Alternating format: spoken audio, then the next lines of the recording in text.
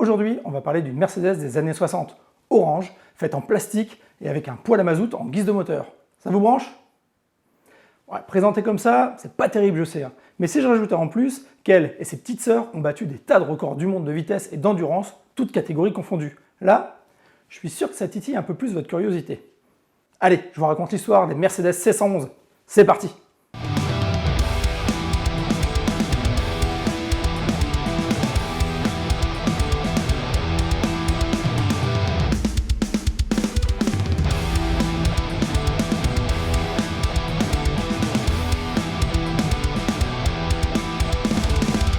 Quand on parle de performance automobile, je sais pas vous, mais moi Mercedes, c'est pas la première marque qui me vient en tête.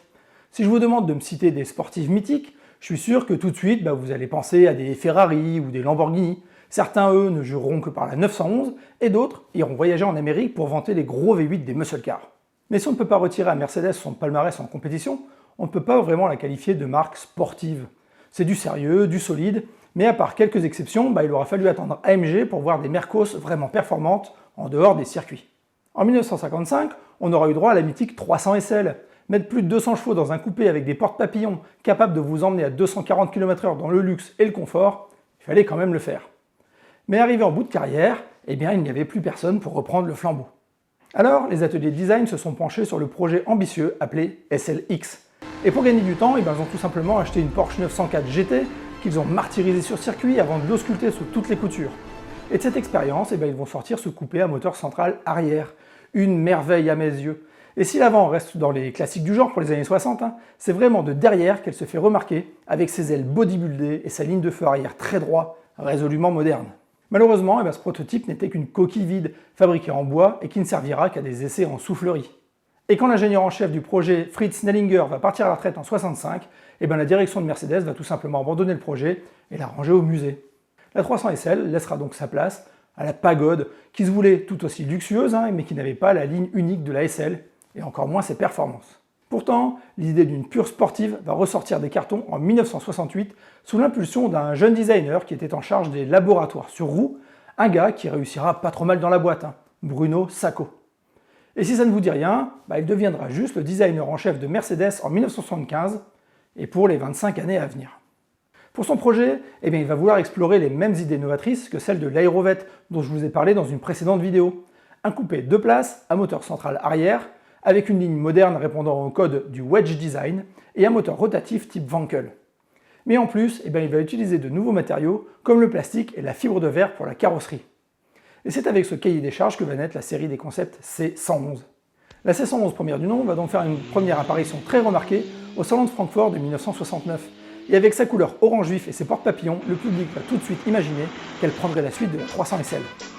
La légende raconte même que Mercedes a reçu un tas de chèques en blanc comme bon de commande de la part de clients qui en voulaient une à n'importe quel prix et tout de suite. Mais lancer la production en série, c'était pas du tout l'ambition de la marque à l'étoile. Ce n'était en effet qu'un banc d'essai pour des futures technologies, et avant même de voir la voiture en chair et en os, il faut noter qu'elle a été la première à être élaborée à l'aide d'ordinateurs. En premier lieu, elle devait donc tester le moteur rotatif type Wankel, du nom de son inventeur Félix Wankel. Ici, pas de piston qui monte et qui descend dans son cylindre, mais un rotor qui tourne dans un stator. Sur le papier, ça permet d'avoir des moteurs plus compacts et plus légers, avec moins de pièces en mouvement, donc plus fiables. Mais ça, c'est sur le papier seulement. Alors on met ça de côté pour le moment, on va y revenir un peu plus tard. Le deuxième sujet d'étude, c'était l'utilisation de plastique et de fibres de verre pour la carrosserie. Les ingénieurs voulaient tester la résistance des matériaux et les systèmes de fixation du plastique sur un châssis métallique. Enfin, la voiture a été équipée pour la première fois d'un système de suspension multibras à l'arrière, ce qui permettait de monter des pneus plus larges et plus performants. Ils vont donc en fabriquer une demi-douzaine, et bien que ce ne soit que des protos qui n'étaient pas destinés à la production, elles auront quand même droit à un intérieur digne de n'importe quelle Mercedes, avec un tableau de bord gainé de cuir, la climatisation, autoradio et même la bagagerie qui va avec, puisque le moteur Wankel était assez compact pour garder du coffre. C'est avec un moteur à triple rotor de 280 chevaux que les ingénieurs vont donc commencer à tester la C111 sur circuit. Et dès le début, elle va démontrer ses performances en atteignant les 260 km/h.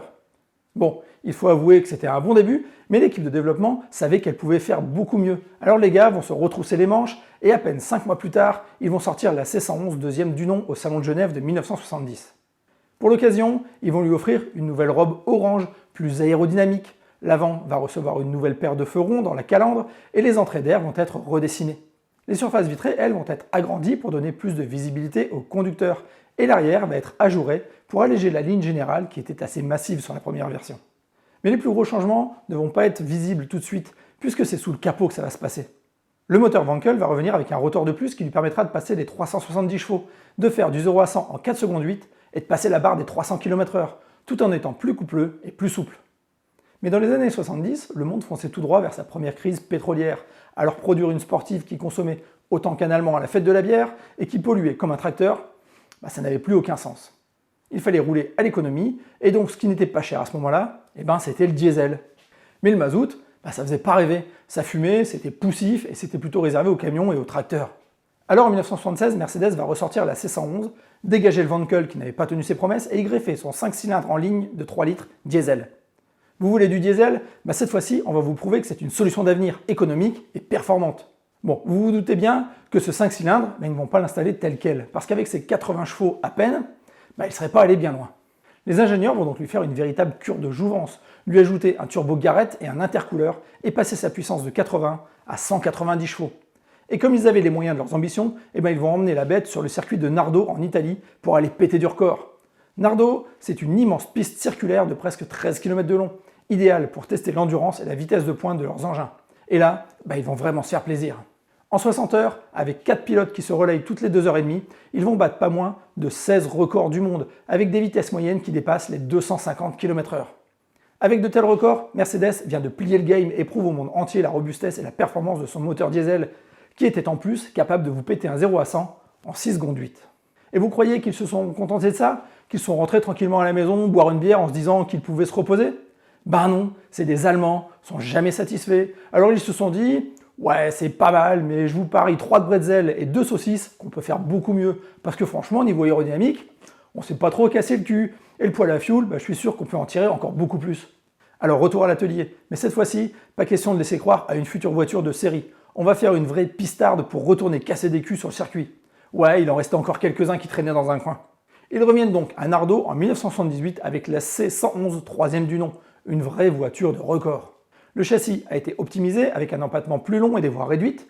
La carrosserie a été redessinée pour atteindre un CX de 0-182. On lui a ajouté une sorte de dérive verticale pour améliorer la stabilité à grande vitesse. Et le 5 cylindres diesel a été gonflé à 230 chevaux grâce à quelques coups de tournevis dans le turbo et l'ajout d'un deuxième intercooleur. Bon, en fait, ils se sont pointés sur le circuit avec 2 voitures, une pour le record et une seconde légèrement différente en réserve en cas de besoin. Et ils ont très bien fait.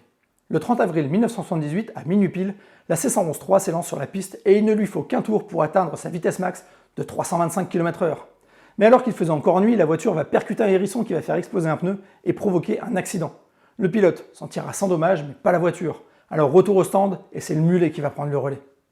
Et le mulet, il va se transformer en véritable cheval de course, en améliorant toutes les statistiques.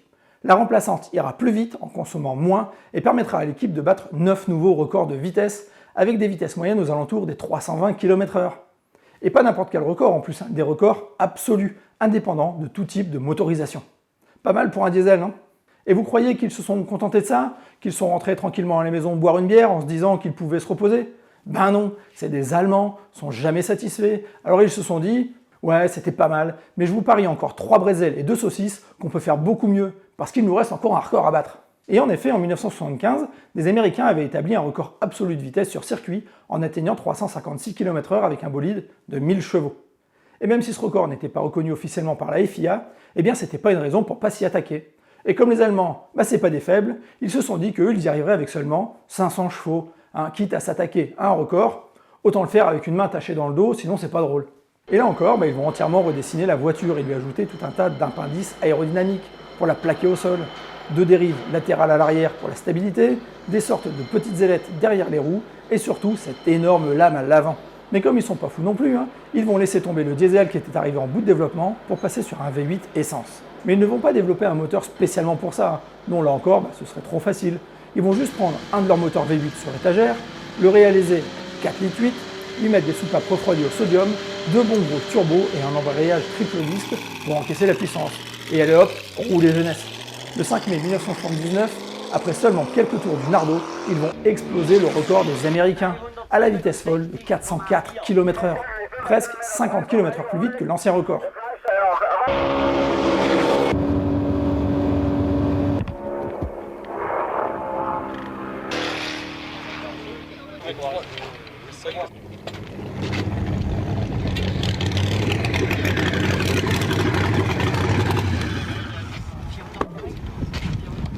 À croire que les Allemands avaient vraiment envie de battre les Américains pour une fois. Ah, je dis ça, je dis rien. Bon alors, ça a servi à quoi tout ça? Eh ben, à plein de choses. La carrosserie en fibre de verre a d'abord permis aux ingénieurs de comprendre comment mieux fixer les éléments en plastique sur un châssis métallique. Et aujourd'hui, eh bien, on trouve de plus en plus de pièces de carrosserie en plastique sur nos voitures. La fibre de verre, elle, a été abandonnée car moins facile à produire en masse ou à réparer en cas de casse. Vous comprenez facilement que c'est plus facile et moins cher de remplacer une aile en plastique que de refaçonner de la fibre de verre ou encore du métal. La suspension multibras de son côté a démontré sa souplesse d'utilisation et un meilleur guidage des trains roulants. Le système a continué à être amélioré, mais sa complexité et son encombrement la réservent aujourd'hui à des grosses berlines ou à des voitures au caractère plutôt sportif. Plus c'est compliqué et plus c'est cher à mettre en œuvre, donc pas recommandé pour la voiture de Monsieur Tout-le-Monde qui doit rester accessible. Et enfin, le plus évident, ce sera l'expérience acquise dans le développement des moteurs turbo-diesel. Les Mercedes des années 80 gardent encore aujourd'hui une réputation de bagnole increvable, et on connaît tous le succès des CDI, HDI et autres TDI qui ont fait les choux gras des constructeurs des années 90 et 2000. Mais de nos jours, tous les efforts de développement se concentrent sur l'électrique, et Mercedes ne fait pas exception. Alors pour rendre hommage au concept C111 des années 70, Mercedes vient de sortir en 2023 la Vision 111. Bien sûr, on n'est pas ici sur une version néo-rétro, on est plus sur une évocation du passé, qui reprend quelques éléments emblématiques de la deuxième C111, comme les deux entrées d'air noir sur le capot, les petits feux ronds à l'avant comme à l'arrière, mais qui ont été remplacés par un bandeau lumineux à LED, et bien sûr les fameuses portes papillons. Mais comme son ancêtre des années 70, vous ne la croiserez jamais sur nos routes. Par contre, elle propose une nouvelle motorisation électrique à flux axial, une technologie nouvelle qui se retrouvera bientôt dans les sportives Mercedes AMG zéro émission. Alors c'est pas pour tout de suite, donc en attendant que ça arrive, moi, je vais retourner creuser les fins fonds de Google pour vous trouver de nouvelles pépites et vous proposer des vidéos qui parlent encore et toujours auto et aéro. Allez, tchuss!